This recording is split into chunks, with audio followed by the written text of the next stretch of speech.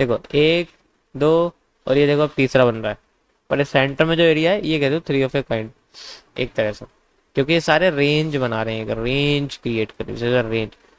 अब मार्केट क्या कर रही है, अब घूमने की कोशिश कर रही है, क्योंकि उसने यहाँ पर एक बियरिश एनगल्फिंग बनाई हुई है, यानी कि इसको हम क्या बोल सकते हैं, reverse bullish engulfing, reverse bullish bearish engulfing, sorry sorry sorry sorry, reverse bullish engulfing. Reverse bullish engulfing कैसे, अगर मैं आपसे कहूं कि यहाँ से मार्केट नीचे गिरी है, इसका मतलब नीचे गिरी है, और अगर मैं इसको उल्टा कर दूं चार्ट को, तो आप कहोगे यहाँ से मार्केट उठी है ना, यहाँ से मार्केट उठी। अगर मैं इसको चार्ट को उल्टा कर दूंगा तो आप बोलोगे भी मार्केट, जिसका मतलब अगर ये बेरिश एनगल्फिंग की तरह रिएक्ट कर सकती, मार्केट को उल्टा उठा सकती है, तो ये मार्केट को यहाँ से भी उल्टा उठा सकती है, गिरा भी सकती है, दोनों तरीके से हो सकता है।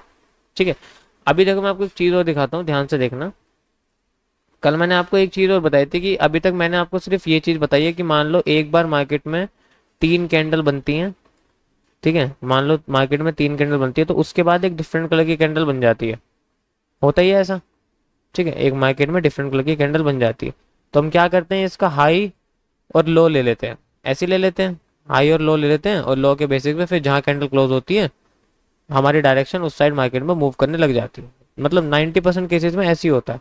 लेकिन जो बाकी के 10% केसेस होते हैं उसमें क्या होता है कि आपको हर बार ये एक कैंडल नहीं देखने को मिलती, फर्क ये होता है ये एक नहीं मिलती, आपको एक की जगह दो मिलती है।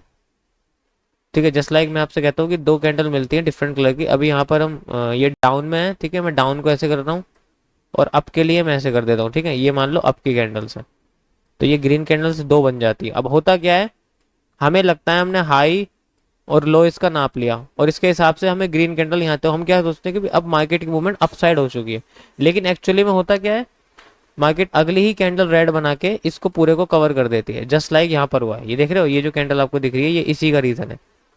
ठीक है, तो ऐसी कंडीशन में हम लोग क्या करेंगे, सबसे बड़ी बात होती है कि भाई चलो हमने एक सिंगल कैंडल का नी कैप वर्जन तो देख लिया। जो मैं नी कैप बताता हूँ वो यही होता है कि 3 कैंडल बनती है और 3 के बाद जो डिफरेंट कलर की कैंडल होती है उसका हाई लो हम देख लेते हैं, और मार्केट जिस जिस कैंडल में अगली क्लोज करती है फेवर में, हम वहां से पोजिशन अपनी डायरेक्शन के साथ ले लेते हैं। लेकिन हर बार ऐसा नहीं होता, क्योंकि कोई भी चीज 100% तो काम करेगी नहीं।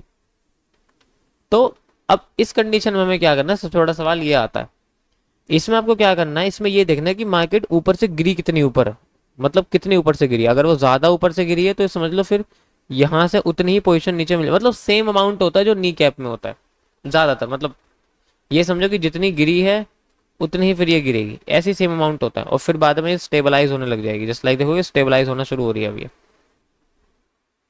ठीक है, समझ गए।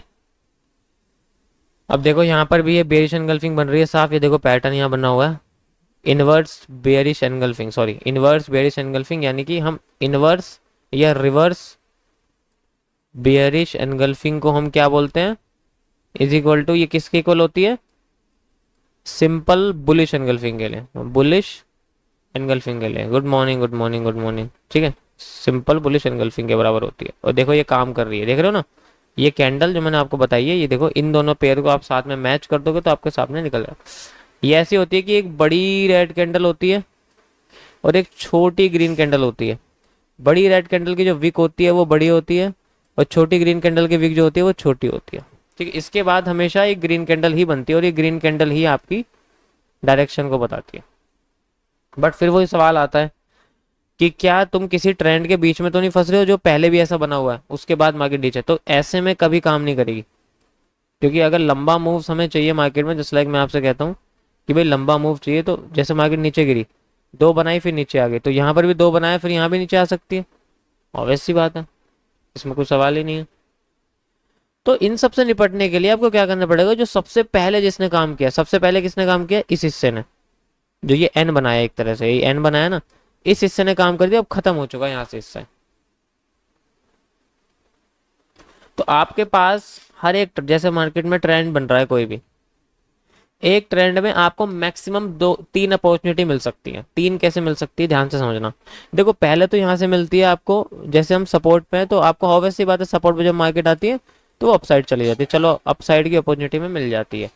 लेकिन जब मार्केट सेंटर में होती है तो हमें सबसे कम जो है रेशियो देखने को मिलते हैं। जब हम सपोर्ट पे होते हैं तब हमें रेशियोज ज़्यादा देखने को मिलते हैं रेदर देन आप सेंटर की बात करो, और जब हम रेजिस्टेंस पे होते हैं तब हमें रेशियो ज़्यादा देखने को मिलते हैं, तब भी हमें रेशियो ज़्यादा देखने को मिलते हैं। लेकिन जब हम किसी ट्रेंड के सेंटर में होते हैं तब हमें रेशियोज बहुत कम देखने को मिलते हैं। इट मीन्स हम स्कैल्पिंग करते हैं यहाँ पर, ठीक है।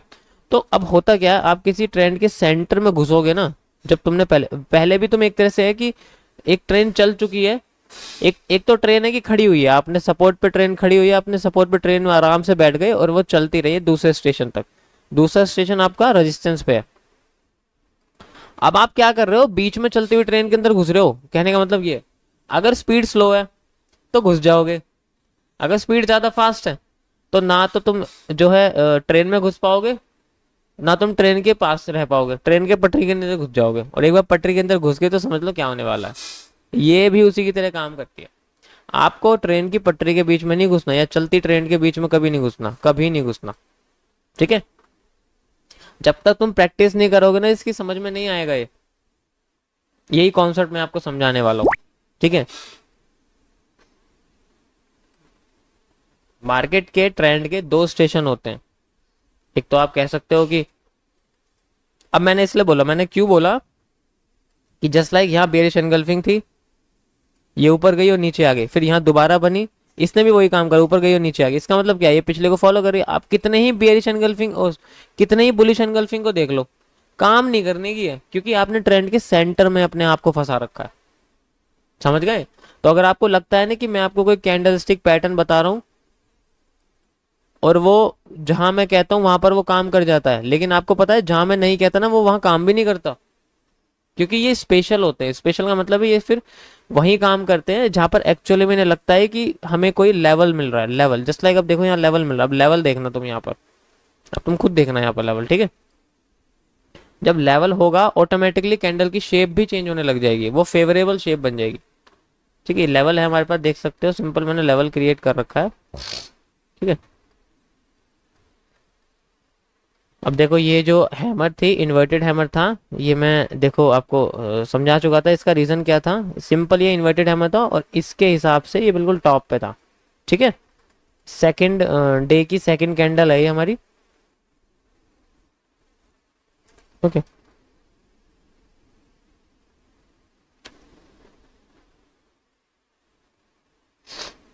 समझ में आ रहा है ना क्या बता रहा हूँ।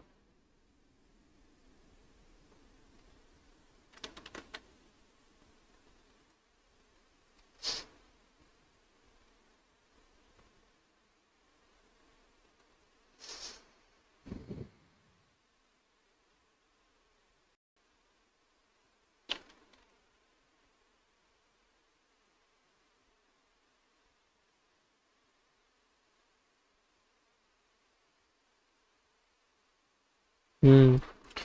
अब ये देखो यहाँ पर मॉर्निंग स्टार कह सकते हो या इवनिंग स्टार, इसे वैसे मॉर्निंग स्टार बोल सकते हैं हम लोग, इवनिंग स्टार तो नहीं, मॉर्निंग स्टार बोल सकते हैं, यानी कि एक तरह से यहाँ से सूरज उग रहा है, ठीक है।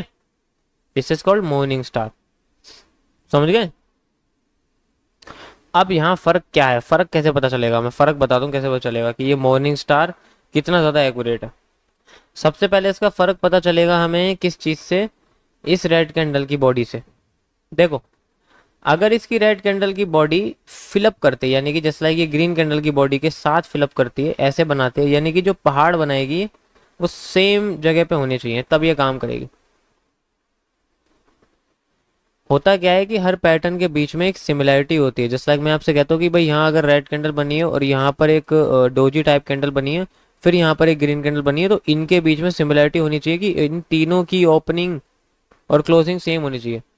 इसकी क्लोजिंग, इसकी ओपनिंग, फिर इसकी ओपनिंग, इन तीनों की ओपनिंग सेम लेवल पे होनी चाहिए। और साथ में सबसे इंपॉर्टेंट बात है, इनका साइज भी ऑलमोस्ट सेम हो तो ज्यादा अच्छा रहेगा, वरना वो ये फेल होने के चांसेस बिल्कुल बढ़ जाएंगे, कुछ नहीं फर्क पड़ेगा। चलो एक बार को बॉटम से इनकी ओपनिंग के बीच में गैप अप्स आ जाए, भाई माई कैंडल शिफ्ट कर रही, कैंडल शिफ्टिंग का केस है, लेकिन ऊपर ऐसा नहीं होना चाहिए, ऊपर सेम होना चाहिए, ऊपर सेम ही होना चाहिए एक तरह से, वरना ऐसा लगेगा कि हमने रेड कैंडल को क्रॉस ही नहीं करा है। इस रेड कैंडल का क्रॉसिंग होना बहुत जरूरी है ग्रीन कैंडल से, तब जाके आपको इस पैटर्न की कंफर्मेशन दिखाई देगी। ठीक है,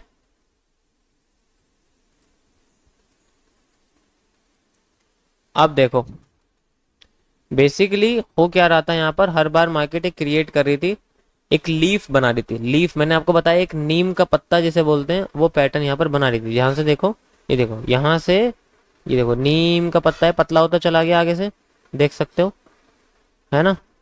ये देखो फिर ये नीम का पत्ता इस तरीके से आ रहा है। हर बार मैंने बताया जब भी नीम का पत्ता ऐसे आता है तो कंडीशन ये होती है कि मार्केट घूमने लगती है फिर ऐसे आ जाती है। कई बार मैंने बताया इसके बारे में। अब जो बुलिश एंगल्फिंग काम करेगा, अब जो बुलिश एंगल्फिंग काम करेगा वो रियल होगा। कर रहा है ना काम, समझ गए।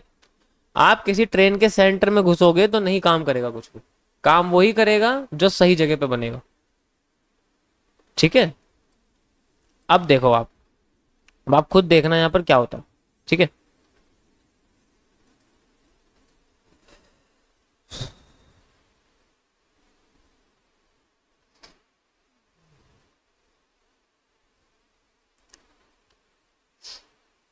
हमें बस एक ग्रीन कैंडल चाहिए। अगर हमें ग्रीन कैंडल मिलती है तो आप समझ सकते हो फिर हमें क्या क्रिएट होके मिलेगा।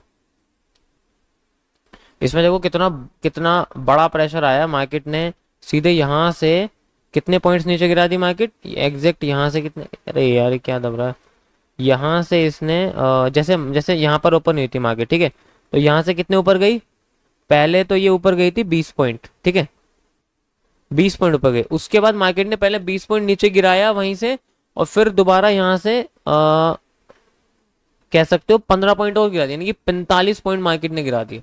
और 45 पॉइंट के बाद 13 पॉइंट पे इसने होल्ड करके रखा कुछ शेयर्स को। अब देखो कितना ज्यादा इसके अंदर वॉल्यूम होगा, सोचो कितना वॉल्यूम होगा इस कैंडल के अंदर, बहुत ज्यादा वॉल्यूम क्रिएट होगा, बहुत ही ज्यादा इसे कहते हैं। अब तक की सबसे बड़ी वॉल्यूम है ये पहली कैंडल के बाद, क्योंकि इसके अंदर बाइंग और सेलिंग दोनों आई है। अब अगर हमें इसको तोड़ना पड़ेगा तो हमारे पास वही एक तरीका है कि हमें यहाँ पर एक ऐसी कैंडल क्रिएट करनी है जो तख्ता पलट कर दे। ठीक है, पहले यहाँ ये ग्रीन बन रही थी पर ये बन नहीं पाई, पर कोई बात नहीं, यहाँ देखो अब तख्ता पलट हो सकता है। बेशक ग्रीन के ऊपर डिपेंड करता है सब कुछ। अब यहाँ पर देखोगे तुम, ये देखो यहाँ पर तुम्हें एक ये दिख रही है कैंडल, इसको क्या बोलते हैं, स्पिनिंग टॉप, एक तरह से जिसका ऊपर का और नीचे का जो होता है ना शेडो साइज सेम होता है और बीच में बॉडी होती है। ओके,